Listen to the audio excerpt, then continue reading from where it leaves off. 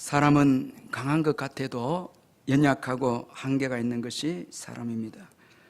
사도 바울과 실라는 빌립보 지역에서 귀신 들려 점을 쳐서 주인들에게 이익을 주는 그 여종을 예수의 이름으로 고쳐주었습니다. 여종에게서 귀신을 내쫓아 주었습니다. 그런데 이로 인해 수입이 없어진 여종의 주인들은 바울과 실라를 고소해서 모함을 해서 고소를 했습니다. 결국 이 로마 관리들은 여종의 주인들의 고소를 옳게 여겨서 사도 바울과 실라를 많이 친 후에 감옥에 가두고 간수에게 든든히 지켜라 그렇게 명령을 했습니다. 그래서 사도행전 16장 23절에 보면 많이 친 후에 옥에 가두고 간수에게 맹하여 든든히 지키라 그렇게 말씀하고 있습니다. 그러나 여러분, 바울과 실라의 기도와 찬송으로 인해서 하나님의 놀라우신 역사로 지진이 일어나게 되어졌고, 지진으로 인해서 옥문은 다 열리고 말았습니다. 죄수들을 메고 있었던 것도 다 이제 풀리고 말았습니다. 따라서 간수의 지킴은 아무런 소용이 없게 되고 말았습니다. 더군다나 감옥을 든든히 지켜야 할 그는 자다가 깨었습니다. 죄수들을 지켜야 할 그가 오히려 나중에 죄수들에 의해서 지킴을 받는 인생이 되고 말았습니다. 여러분, 사람은 한계가 있습니다. 잠을 자야 합니다. 이것은 사람은 연약하다라는 것을 보여주는 것입니다. 자지 않고 늘 깨어서 지킬 수는 없는 것입니다. 사람은 약하다는 것입니다. 따라서 사람은 성을 든든히 지킬 수도 없고 감옥을 든든히 지킬 수도 없는 것입니다. 사람은 연약한 것입니다. 하나님께서 한번 일하시고 하나님께서 역사하시면은 사람의 노력과 수고는 다 헛된 것이 되고 만다는 것입니다. 그러므로 우리는 항상 이 사도행전 16장의 간수를 보면서 우리는 겸손해야 한다는 것입니다. 지진 때문에 일어난 간수는 옥문들이 열린 것을 보고 죄수들이 동한 줄로 생각을 했습니다. 27절 그 말씀에 보니까 옥문들이 열린 것을 보고 죄수들이 도망한 줄 생각했다 그렇게 말씀하고 있습니다. 그래서 간수는 칼을 빼어서 자결을 하려고 했습니다. 여러분, 이 사람의 생각이 얼마나 짧습니까? 나타난 현상만 보고 모든 것을 판단하는 것이 사람입니다. 옥문이 열린 것을 보고 죄수가 다 도망갔다 그렇게 생각하고 이제 생명을 끊어야 되겠다. 그 당시는 이제 죄수가 탈출하게 되어지면 간수가 대신 그 형을 받게 되어지기 때문에 이 오늘 본문의 이 간수는 옥문이 열린 것을 보고 죄수들이 다 탈출했다 그렇게 생각해서 자결하려고 했습니다. 그러나 여러분, 오늘 본문에 보면은 죄수들이 다 도망하지 않았습니다. 그저 자기 생각뿐이었다는 것입니다. 따라서 보이는 현상이 안 좋다고 해서 생각해서 모든 것을 포기하는 어리석은 사람이 되어서는 안 되는 것입니다. 여러분, 우리가 생각이 탁월한 것 같아도 아주 불완전하고 편협적이고 연약한 것이 우리의 생각인 것입니다. 그러므로 여러분, 지금 현재 주어진 어려움만 보고 생각해서 내 인생에 앞으로 더 큰 불행이 또 주어지겠구나 그렇게 염려해서 생을 포기하거나 절망하거나 심지어 귀중한 생명까지 우리가 포기하려고 해서는 안 된다는 것입니다. 여러분, 지금 힘든 일 때문에 아직 일어나지 않았는데도 앞서 불행한 일을 생각해서 생명을 포기해서는 안 되는 것입니다. 힘든 일이 있어도 맞서 나가면은 우리가 생각한 만큼 불행한 일이 아닐 수가 있다는 것입니다. 여러분, 주 안에서 힘을 내시기를 주의 이름으로 축원합니다. 자꾸 내 생각대로 행동하지 마시고 여러분, 주님을 바라보시길 바랍니다. 그리고 우리의 생명은 천하보다 귀함을 알아야 하는 것입니다. 마태복음 16장 26절에 보면 사람이 만일 온 천하를 얻고도 제 목숨을 잃으면 무엇이 유익하리요? 사람이 무엇을 주고 제 목숨과 바꾸겠느냐? 그렇게 말씀하고 있습니다. 오늘 이 간수는 여러분, 그 천하보다 귀한 생명을 포기하려고 자결을 하려고 그렇게 했습니다. 따라서 힘든 일이 있다고 해서 생명을 포기해서는 안 된다는 것입니다. 바울은 자결하려고 하는 간수를 향해서 크게 소리를 질렀습니다. 바울은 간수를 향해서 내 몸을 상하게 하지 말라, 우리가 다 여기 있노라 그렇게 외쳤습니다. 참, 여러분, 이 바울의 말씀 속에서 우리는 바울의 삶의 가치관을 알 수가 있습니다. 바울은 자신의 신변의 안전보다 이 간수의 생명을 더 중요하게 여겼다라는 것을 볼 수가 있습니다. 생명을 귀중하게 여긴 바울이고, 그리고 이 간수에게 복음을 전하기 위해서 감옥에도 나가지 않는 것을 볼 때에 복음 증거를 우선시한 바울이었다라는 것을 볼 수가 있습니다. 참 여러분, 탁월한 바울이 아닐 수가 없습니다. 생명을 귀하게 여기고 또 복음 증거를 우선시하는 것을 볼 때에 참 바울의 이 삶의 가치관이 참으로 탁월하다라는 것을 볼 수가 있습니다. 바울은 어떤 상황에서든지 복음 증거를 우선시했습니다. 감옥에서도 복음 증거를 우선시했습니다. 그래서 나갈 수가 있는데도 지진으로 인해서 그 감옥의 문이 열렸는데도 나가지 아니하고 복음을 전하는 바울을 볼 수가 있습니다. 모든 축복의 기회를 복음 증거의 기회로 삼은 바울이다라는 것입니다. 참 여러분, 이런 바울이었기에 바울은 빈들이나 도시나 부유할 때나 안락할 때나 힘들 때나 가난할 때나 상관하지 않고 여러분 복음 전하는 사람이 되었고, 이런 복음 증거를 우선시했기 때문에 바울은 늘 전도 대상자가 그에게 보였다는 거예요. 어디에 가든지 보인 거예요. 얼마나 행복한 인생입니까? 그러니까 늘 예수 전하니까, 예수 전할 수 있는 사람들이 있으니까 얼마나 바울이 행복하게 살았는지 모른다는 것입니다. 바울이 이렇게 복음 증거를 우선시한 것은 예수 그리스도의 복음만이 우리 인생들에게 소망을 주고 구원을 주고 가장 중요한 것임을 알았기 때문이었습니다. 로마서 1장 16절에서 내가 복음을 부끄러워하지 아니하노니 이 복음은 모든 믿는 자에게 구원을 주시는 하나님의 능력이 됨이라. 먼저는 유대인에게요 그리고 헬라인에게로다 말씀하고 있습니다. 그러므로 여러분, 우리의 삶의 가치관도 바울처럼 생명과 영혼을 귀중하게 여기고 어떠한 환경에서도 복음을 우선시하는 그런 삶의 가치관을 가지시기를 주의 이름으로 축원합니다. 이런 삶을 살 때에 우리는 환경에서 자유하게 되어지고 빈부에서 자유하게 되어지고 우리의 여러분 권리나 또 우리의 자존심 상함에서도 다 자유할 수가 있다는 것입니다. 삶의 목표가 분명하면은 여러분 직장 생활에도 재미가 있고 소망이 있고 즐거운 것입니다. 살아도 이유가 있기 때문에 즐거운 것입니다. 복음을 위한 삶이라면 얼마나 신나는 삶이 되겠습니까?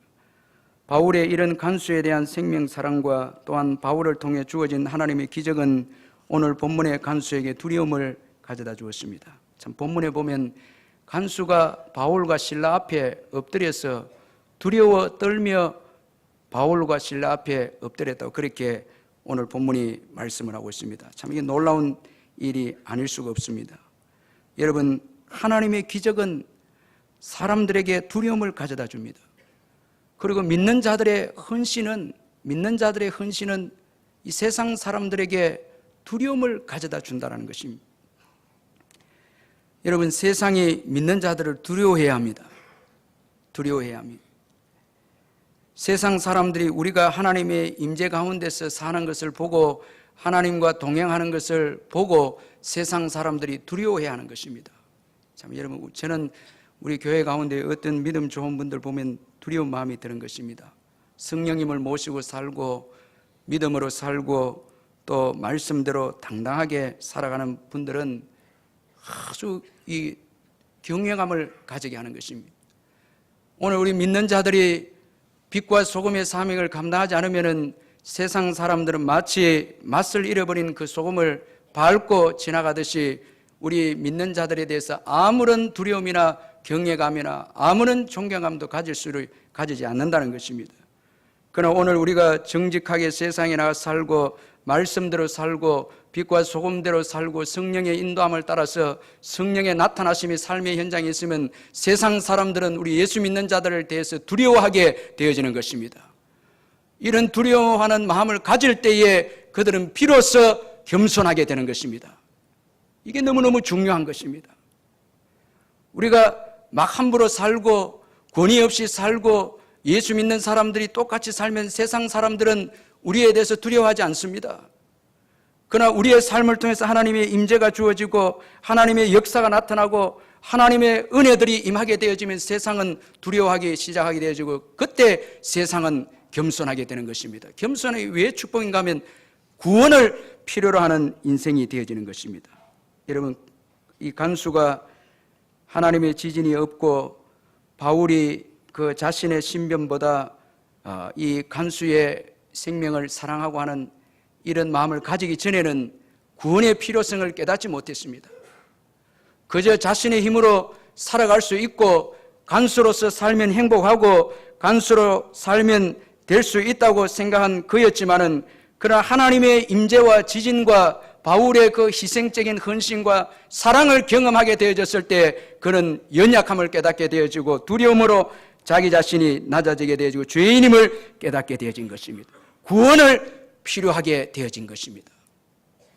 오늘 우리 그리스도인들이 이렇게 세상에 살아갈 때에 세상은 비로소 겸손하게 되어지고 구원을 필요로 하는 사람들이 되어진다는 것입니다. 그래서 29절 30절에 보면 간수가 등불을 달라고 하며 뛰어들어가 무서워 떨며 바울과 실라 앞에 엎드리고 그들을 데리고 나가 이르되 선생들이여 내가 어떻게 하여야 구원을 받으리까. 이제 여러분 구원을 필요로 하는 인생이 되었습니다. 참 여러분 사실 우리 인생의 여정에서 지진이나 뭐 큰 쓰나미나, 제가 일본에 갔을 때에 그 일본의 한 그 한인 교회 목사님을 만나서 같이 대화를 했는데, 큰 쓰나미가 왔을 때 일본 사람이 그때서야, 원래 일본 사람들은 도움도 잘 안 받고 뭐 도와주는 것도 싫어하고 이렇게 하는 사람들이었는데, 이 쓰나미가 이렇게 왔을 때에 이들이 처음으로 도움을 받았다는 거예요. 이 도움을 받는다는 게 도움을 필요하다는 걸 느꼈다는 거예요. 이제 구원이 필요하다는 거예요. 우리의 힘으로 살아갈 수 없고 뭐 아무리 경제가 탁월하고 기술이 탁월하고 이렇게 해서 살아가는 게 아니고 하나님의 도우심이 필요하다는 것을 이 큰 쓰나미, 이번에 이 쓰나미를 통해서 조금 깨달았다는 거예요. 그래서 이제 가서 이 한국 교회가 가서 돕는 것을 도움을 받고 복음에 대해서 듣고 이렇게 했다는 거예요. 참 여러분 얼마나 완악한지 모릅니다. 그러니까 여러분 세상은 하나님의 그 거룩한 임재와 성도들의 거룩한 삶 가운데서 도전을 받을 때에 비로소 구원을 필요하는 겸손을 세상이 가지게 되어지는 것입니다. 그러므로 오늘 우리가 얼마나 말씀대로 잘 살아야 하나님을 드러내 하나님의 임재를 세상에 보여주어야 세상의 교만이 꺾어지고 겸손하게 구원을 필요로 하는 자들로 변화되어진다는 것입니다. 여러분 바울처럼 부족하지만은 믿음으로 살기로 결심하십시다. 우리가 말씀대로 살아야 하나님의 임재가 우리의 삶 가운데 나타나게 되어지고, 그렇게 돼야 세상은 두려움을 느끼고 겸손하게 우리에 대해서, 우리가 믿고 있는 예수님에 대해서 질문하게 되는 것입니다. 나도 예수 믿으면 좋겠다 이거죠. 여러분 사도 바울은 어떻게 하여 구원을 받으리까 질문하는 간수에게 주 예수를 믿으라 그리하면 너와 내 집이 구원을 받으리라 그렇게 말씀했습니다. 이 31절 바울의 이 말씀은 오늘 우리들에게 너무나 중요한 교훈을 주는 말씀입니다. 먼저는 예수님을 믿는 자들에게 인생의 문제에 해답이 있다는 것을 교훈해 주고 있습니다. 바울은 억울하게 죄수로 취급을 받았습니다. 이 죄가 없는데도 죄수로 취급받아서 죄수의 신분이 되고 말았습니다. 어쨌든 세상적으로 보면 불행합니다. 그런데 죄수인 바울이 간수에게 구원의 길을 지금 제시하고 있습니다. 이것은 놀라운 일이 아닐 수가 없습니다. 간수가 억울한 바울을 도와야 되지 않겠습니까? 하나님의 기적이 일어나면 자 이제 하나님께서 내 죄가 무죄하다는 것을 지진으로 보여주셨으니까 이제 내가 억울한 것을 도와달라 그렇게 말할 수도 있고, 간수도 또 바울을 도와줄 수가 있습니다. 그런데 죄수인 바울이 지금 간수를 돕고 있다는 것입니다. 그렇습니다. 여러분 예수를 믿는 자들이 세상 사람들의 문제에 해답을 가지고 있는 것입니다.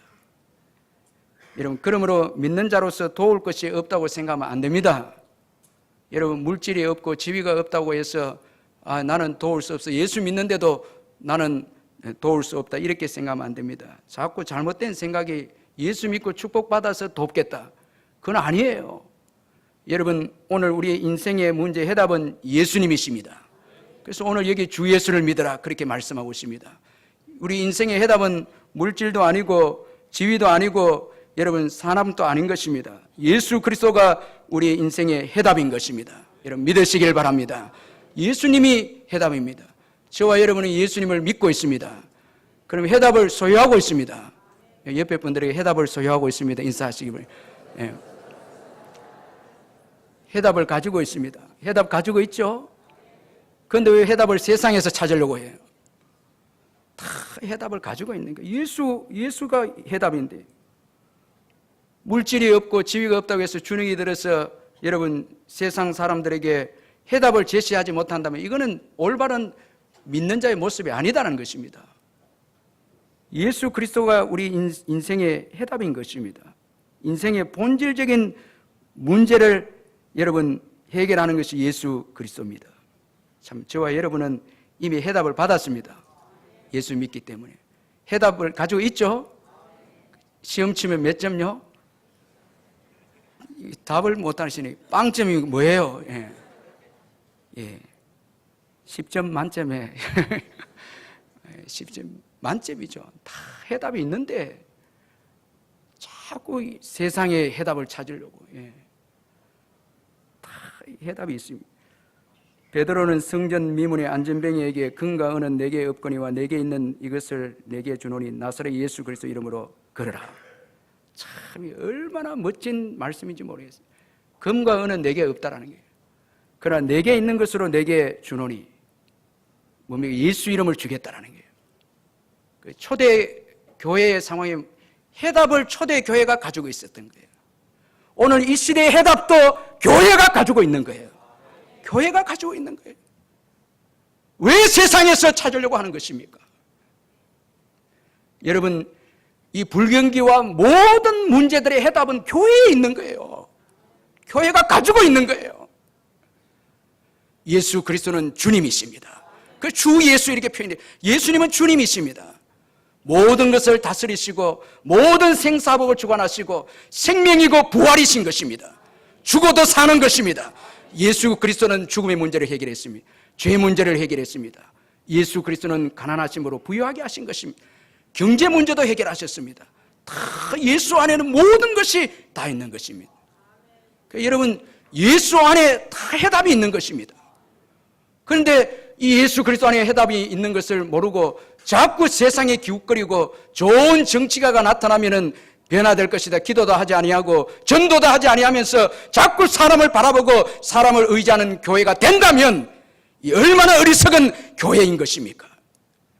여러분 정치가가 세상을 이끌어갈 수가 없는 것입니다. 교회가 희망인 것입니다. 교회는 예수 그리스도를 소유하고 있기 때문에 그렇습니다. 이 교회가 해답을 가지고 있는 것입니다. 얼마나 여러분 축복인지 모릅니다. 할렐루야. 예수 그리스도 그분이 해답인 것입니다. 예수를 믿는 자는 죽어도 사는 것입니다. 부활이 있습니다.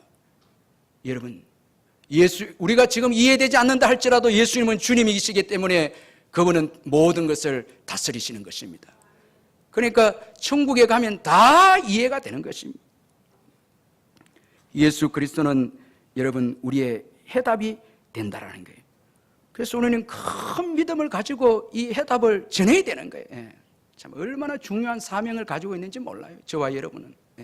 오늘 이 설교만 듣고 또 은혜만 받고 끝나는 것이 아니라 여러분의 삶의 현장에서 고통 가운데 있고 어떻게 하면 구원을 받을 수 있습니까? 말은 못하지만 마음속으로 고민하고 있는 자들에게 이 예수를 전해야 되는 거예요. 한 번도 안 전하니까 이 예수가 얼마나 귀한지 모르는 거예요. 사실 일주일 동안 밖에 나가서 지내면 우리 성도들 가운데 한 번도 전도하지 않고 돌아오는 분들이 많습니다. 여기에 무슨 예수 그리스도가 능력이 있고 예수 그리스도 이름이 여러분 해답인 게 어떻게 증명이 될 수 있겠습니까? 안 전하는데, 가지고 있으면서도 사용 안 하는데, 이 무기를 사용하지 않는데 어떻게 이것이 여러분 능력인 것이 증명이 될 수 있겠습니까? 그러나 초대교회는 이걸 사용한 거예요. 어디든지 가서 예수 전하는 거예요. 흩어졌는데도 예수 전하는 거예요. 여러분 성도들이 환난 가운데 흩어지니라. 그 흩어짐에서 두루 다니서 복음을 전할세 이렇게 되어 있습니다. 그리고 흩어진 자들이 믿고 돌아오더라 이렇게 되어 예수를 믿고 돌아오더라 이렇게 이제 되어 있는 것입니다. 예수 그리스도 그분은 여러분 우리의 해답인 것입니다. 저와 여러분은 그것을 소유하고 있는 것입니다. 여러분 주 안에서 당당하게 사시기를 주님의 이름으로 축원합니다. 예수 이름은 모든 것이 되십니다. 우리의 전부입니다. 우리 청년들도 예수 이름만 있으면 인생을 성공할 수 있습니다. 형통하게 될 수 있는 것입니다. 그리고 주 예수를 믿으라 그리하면 너와 내 집이 구원을 얻으라는 이 말씀 속에는 인생의 구원은 믿음에 달려 있다는 것입니다. 그래서 31절에서 주 예수를 믿으라 그렇게 말씀하고 있습니다. 그러므로 우리의 구원은 우리의 행위나 노력의 문제가 아닌 것입니다. 구원은 우리에게서 오는 것이 아닙니다. 인생의 문제의 죄와 사망과 이로 인해서 여러 가지 문제들은 결코 우리의 행위로 해결할 수 없다는 것입니다. 오직 예수님을 믿어야 되는 것입니다. 그리고 예수님을 믿되 예수님을 주님으로 믿어야 하는 것입니다. 그동안 우리가 주인이 되어서 살던 우리가 이제는 예수님을 우리의 주인으로 믿는 것을 의미하는 것입니다. 그러므로 여러분, 예수를 믿기 위해서 가장 방해가 되는 것은 우리 자신인데 우리 자신을 내려놔야 하는 것입니다. 우리의 의와 노력과 행위와 공로를 다 내려놔야 되는 것입니다. 우리가 준비하고 노력하는 것으로 구원의 역사가 일어날 수 없습니다. 어떤 선교사님 그 간증을 제가 이 선교사님 통해서 듣게 되어졌는데, 평신도 선교사님이 선교지로 나가는데 준비를 다 했다라는 거예요. 예, 한국에서 준비를 철저하게 해서 선교지로 갔는데 놀라운 것은 선교지에 가서 준비한 것을 하나도 쓰임받지 못했다는 거예요. 다 내려놓고 이제 기도하는 가운데 그 선교지에서 다시 주님을 의지하고 기도하는 가운데 주님께서 지혜를 주었는데 그 지혜로 이제 현지 선교사를 돕게 되어졌다. 그렇게 이분이 간증을 했습니다. 사실 여러분, 믿음 없이 자꾸 내가 준비해서 인생을 성공할 수 있고 구원받을 수 있다고 생각하고 믿음을 내려놓고 다른 거 자꾸 기웃거리고 우리의 의를 의지하고 우리의 노력을 의지하고 자꾸 이런 거 바라보면 안 되는 것입니다. 교회도 마찬가지입니다. 절대 여러분 믿음 내려놓고 교회를 하면 안 됩니다. 절대 그렇게 하면 안 됩니다. 여러분, 왜 우리가 예수님을 믿지 않으면 안 됩니까? 우리는 다 죄인이기 때문에 그렇습니다. 따라서 우리 스스로 힘으로는 구원을 얻을 수 없는 것입니다. 오직 예수님을 믿음으로 구원을 우리가 받을 수 있는 것입니다. 여러분, 시작도 믿음이고 또 마침도 믿음인 것입니다. 그래서 믿음으로 시작해서 믿음으로 마쳐야 되는 것입니다. 로마서 3장 23절 24절에 보니까 모든 사람이 죄를 범하였음에 하나님의 영광에 이르지 못하더니 그리스도 예수 안에 있는 속량으로 말미암아 하나님의 은혜로 값없이 의롭다 하심을 얻은 자 되었느니라 말씀하고 있습니다. 그러므로 예수님을 믿지 않고는 구원받는 길이 없는 것입니다. 인생은 믿음의 문제입니다. 아무리 어려운 환경이고 소망이 없다 해도 예수 믿으면 삽니다. 아멘. 예수 믿으면 살고 절망적인 죄인이라도 예수 믿으면 구원받습니다. 여러분, 예수님께 집중하십시오. 자꾸 내 문제와 내 자신의 죄에 대해서 집중하지 마시고 주 예수님께 집중하십시오. 그분은 능력의 주님이십니다. 우리의 죄를 능히 사할 수 있고 우리를 죽음 가운데서 능히 구원하실 수 있고 부활시킬 수 있으며 우리를 변화시킬 수 있고, 여러분, 절망적인 환경에서 우리가 그 환경을 이길 수 있도록 도우실 수 있는 분이 주 예수 그리스도 그분이십니다. 그분을 바라보시기를 주의 이름으로 축원합니다. 어떤 분이 자꾸 이 성결에 대해서 고민하는데 자기를 바라보고 자꾸 거룩게 되려고 하면 실패합니다. 왜 죄가 이렇게 많는가? 자꾸 자신을 보고 죄에 앉아야 되겠다, 앉아야 되겠다 결단하고 결심하고 이러는데 그거 안 되는 거예요. 예수님의 십자가를 바라보고 도움을 구하고 자꾸 예수님을 의지하면 나도 모르는 사이에 죄악이 떠나는 거예요. 죄악이 없어지고 거룩하게 되고 성결하게 되는 것입니다. 이게 믿음의 비밀이고 믿음의 능력인 것입니다. 예수님이 중요한 것입니다. 여러분, 예수님이 중요합니다. 예수님을 바라보시길 바랍니다. 세상을 의지하면 의지할수록 다 잃게 됩니다. 여러분, 세상을 의지하면 의지할수록 다 잃게 되지만은 예수님을 믿으면 믿을수록 부유하게 되어집니다. 예수님의 것이 다 내 것이기 되기 때문에 그렇습니다. 믿음은 예수님의 것을 다 내 것으로 만드는 거예요. 예수 죽음 내 죽음, 예수 부활 내 부활, 예수 내 의가 되고, 예수 생명 내 생명이 되고, 다 예수님의 부여함이 내 부여함이. 아멘 하시길 바랍니다. 다 믿으면 누구 것이 된다고요? 내 것이 되는 거예요. 자꾸. 여러분, 정말 지혜로운 사람은 자신이 노력해서 일어서려고 하는 사람보다 지혜로운 사람은 실력자를 딛고 일어서는 거예요. 이 믿음인 거예요. 예수님께서 다 이루어 놓은 걸 우리가 믿으면 그게 내 것이 되는 거예요. 다 믿으면 내 것이 되는 거예요. 그리고 또 이 31절에 주 예수를 믿으라 그리하면 너와 내 집이 구원을 얻는 이 말씀 속에는 먼저 믿고 나중에 구원이다라는 또 이런 교훈이 여기에 담겨 있습니다. 순서가 중요합니다. 먼저 믿어야 한다는 거예요. 주 예수를 믿어라. 그리하면 너와 내 집이 구원을 받으라는 말씀이었습니다. 여러분, 구원해 주면 믿겠다 안 됩니다. 축복해 주면 믿겠다 그것도 아닌 것입니다. 어떤 분들은, 오시는 분들, 초신자들은 환경을 변화시켜 주면 내가 예수 믿겠습니다. 자꾸 이렇게 이야기하는데 믿음이 우선입니다. 믿음이 먼저입니다. 항상 믿음이 우선이다는 거예요. 왜 여러분 먼저 믿어야 합니까? 믿음이 중요하기 때문에 그렇습니다. 믿음이 너무너무 중요하다는 거예요. 이 믿음은 우리와 예수님 사이로 연결해주는 생명줄과 같은 것입니다. 그렇기 때문에 이 믿음이 없으면 아무리 축복을 받아도 그 축복은 점점 헛것이 되고 생명이 없어지는 것이 되는 것입니다. 그러나 믿음이 있으면 계속 하나님의 축복을 받아 누릴 수가 있는 것입니다. 그래서 믿음이 중요한 것입니다. 이 믿음을 절대 내려놓거나 믿음을 우리가 포기해서는 안 된다는 것입니다. 믿음은 우리와 예수님을 연결해주는 생명줄이기 때문에 그렇습니다. 아무리 예수님으로부터 축복을 많이 받아도 믿음으로 예수님과 연결되지 않으면 아무런 소용이 없다는 것입니다. 이 고시 합격한 청년들의 신앙 이야기라는 그 책이 있는데, 이 책에 보면은 제53회 사법고시 합격생인 정승열 이 선열 자매의 간증이 소개가 되어 있는데, 그녀는 사법고시를 준비하는 동안에 아버지가 교통사고를 당해서 의식을 잃고 깨어나지 못하게 되어졌고, 그로 인해서 집안 형편이 말할 수 없이 어려워졌습니다. 그녀는 이러한 어려움을 딛고 1차 시험에는 합격했지만은 2차 시험에서는 안타깝게도 낙방하고 말았습니다. 설상가상으로 그 와중에 어머니가 병으로 대수술을 받게 되었습니다. 교통사고로 이 위중해중 아버지는 결국 가족의 곁을 떠나고 말았습니다. 이제 그녀에게 의지할 분은 하나님밖에 없었습니다. 오로지 주님의 도우심을 구하면서 이 정승열 자매는 간절히 하나님께 기도했습니다. 기도했을 때에 주님의 음성이 들려왔는데, 절대 포기하지 말고 나의 때를 기다리고 열심히 준비해서 다시 도전하라, 이런 음성이 들려왔습니다. 참, 여러분, 우리가 이 믿음을 가지면은 한계를 또 뛰어넘는 것입니다. 주님께서 한계를 뛰어넘게 해서 진행될 수 있도록 축복해 주신다는 것입니다. 절대 포기하지 말고 나의 때를 기다리고 열심히 준비해서 다시 도전하라는 주님의 음성을 들었습니다. 이후 그녀는 사법고시를 핑계로 게을리했던 신앙생활을 바로잡았습니다. 참, 이게 중요한 거예요. 믿음이 우선인데 사법고시 시험 친다는 핑계로 이 신앙을 잠시 내려놓은 거예요. 신앙을 내려놓은. 저는 오늘 저와 여러분들에게 믿음이 우선이고 우리의 믿음이 어떤가를 한번 점검해보는 이 시간이 되었으면 좋겠습니다. 여러분, 무엇보다도 믿음이 우선입니다.